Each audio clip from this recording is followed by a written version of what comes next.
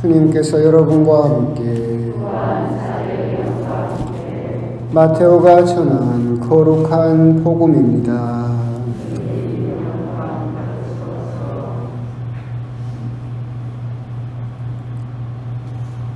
그때 예수님께서 제자들에게 말씀하셨다.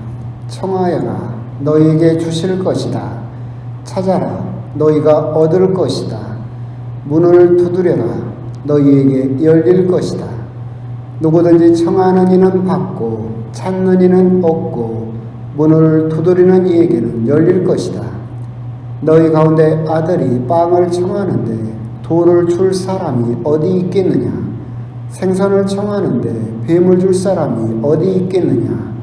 너희가 악해도 자녀들에게는 좋은 것을 줄 줄 알거든 하늘에 계신 너희 아버지께서야 당신께 청하는 이들에게 좋은 것을 얼마나 더 많이 주시겠느냐? 그러므로 남이 너희에게 해주기를 바라는 그대로 너희도 남에게 해주어라. 이것이 율법과 예언서의 정신이다. 주님의 말씀입니다.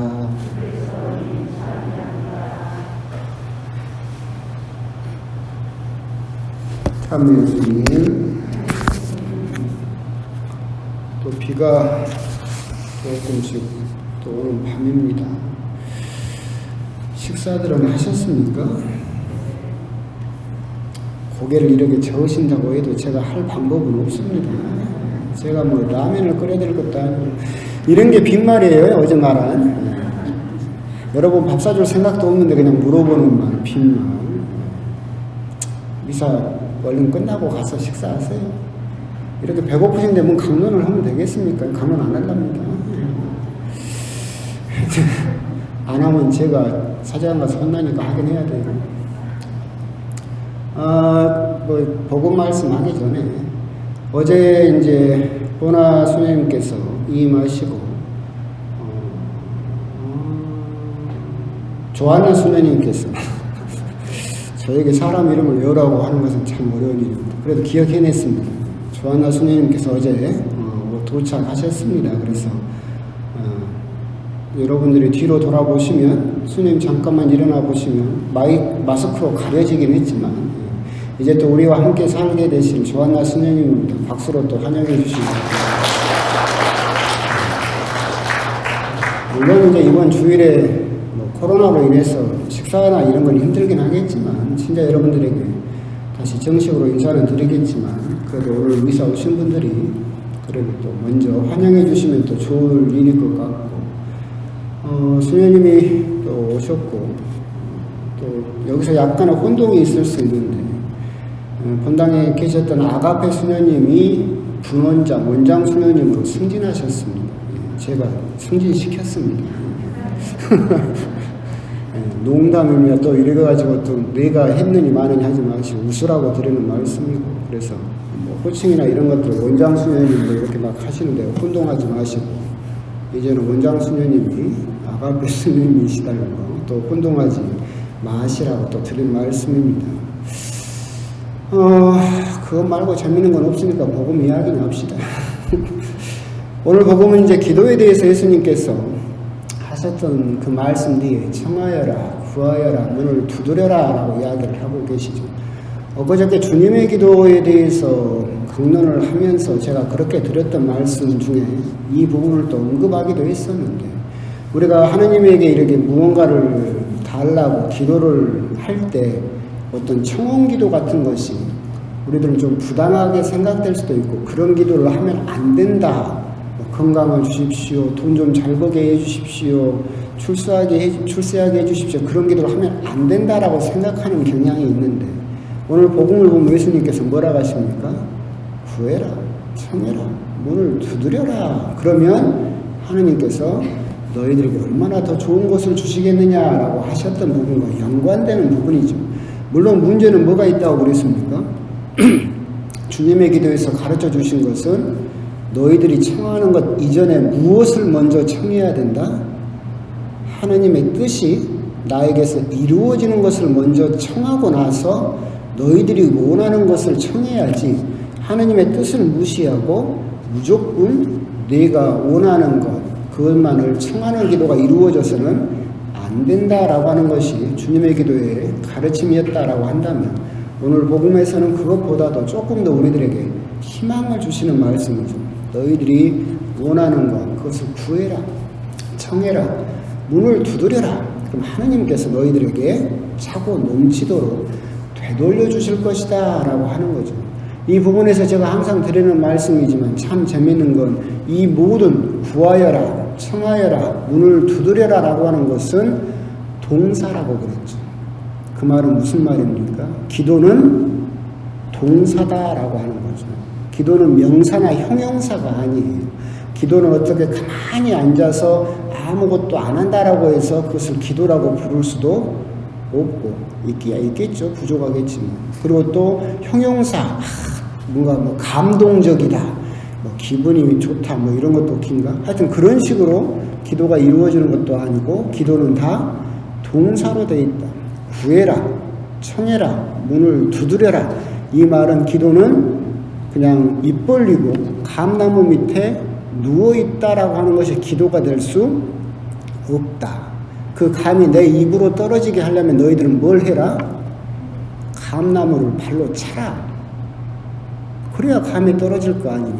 너희들이 움직이는 거기에 하느님의 뜻에 따라서 움직이는 동사가 움직임이 있어야만 그 기도가 들어지게 될 것이다.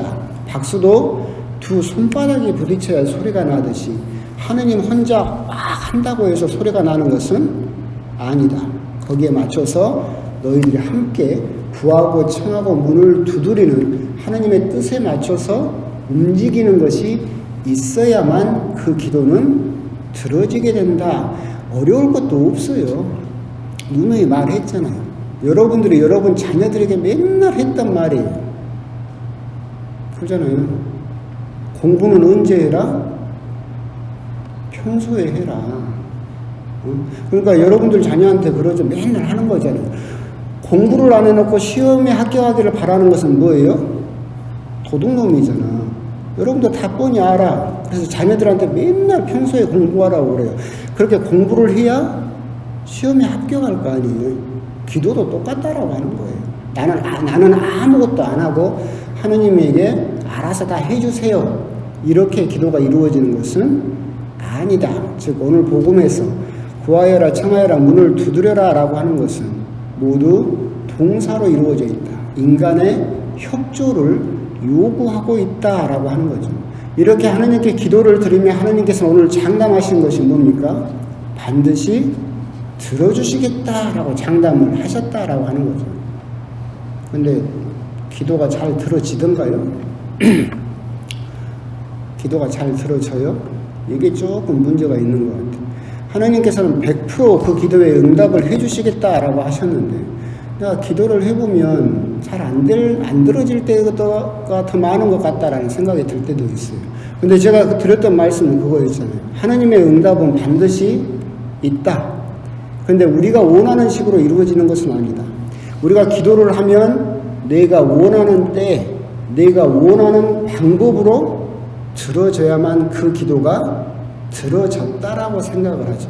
내가 원하는 방법, 현금 5만원짜리로 내가 원하는 시간, 일주일 안에 들어줘야만 그 기도가 들어졌다라고 하느님을 협박하는 경우가 참 많죠. 기도에 대해서 우리가 생각을 할 때 우리가 기도를 하면 하느님께서는 반드시 들어주신다. 근데 우리가 원하는 방법으로 그게 들어지는 것은 아니다. 하느님께서 우리가 기도를 하면 응답하시는 방법이 4가지가 있다고 그랬죠. 4가지가 있어요. 첫 번째, 우리가 기도를 하면 하느님의 첫 번째 대답은 뭐라겠어요? 예스예요. 그래, 네 기도를 들어주겠다라고 하시는 예라는, 오냐라는 그 대답이 있겠죠. 하느님께 우리가 기도를 드렸을 때 하느님께서 하시는 두 번째 응답이 뭐예요? 안타깝지만 너 안 된다예요. 그것도 기도의 응답이에요. 여러분 자녀가 쬐깐한 뭐 몇 살, 3살, 4살 자녀가 여러분에게 아빠 나 칼 사줘 그러면 사줄 수 있어요? 못 사주죠. 사도 베드로가 고린도 이서에서 그렇게 기도를 하죠. 하느님 내 몸에 가시로 찌르는 듯한 고통이 있습니다. 이걸 좀 제거해 주십시오. 그렇게 죽자사자 사도 바오로가 기도를 했을 때 하느님의 대답이 뭐였어요? 안 된다. 네 고통을 제거하면 너는 교만해져서 그 길에서 삐뚤어질 수 있다. 그래서 나는 너에게서 그 고통을 없애주지 않겠다라는 응답도 있어요. 그러니까 우리들이 얼토당토하는 것을 기도를 할 때, 또는 하느님 뜻과 어긋나는 것을 기도를 할 때 하느님도 너도 응답입니다.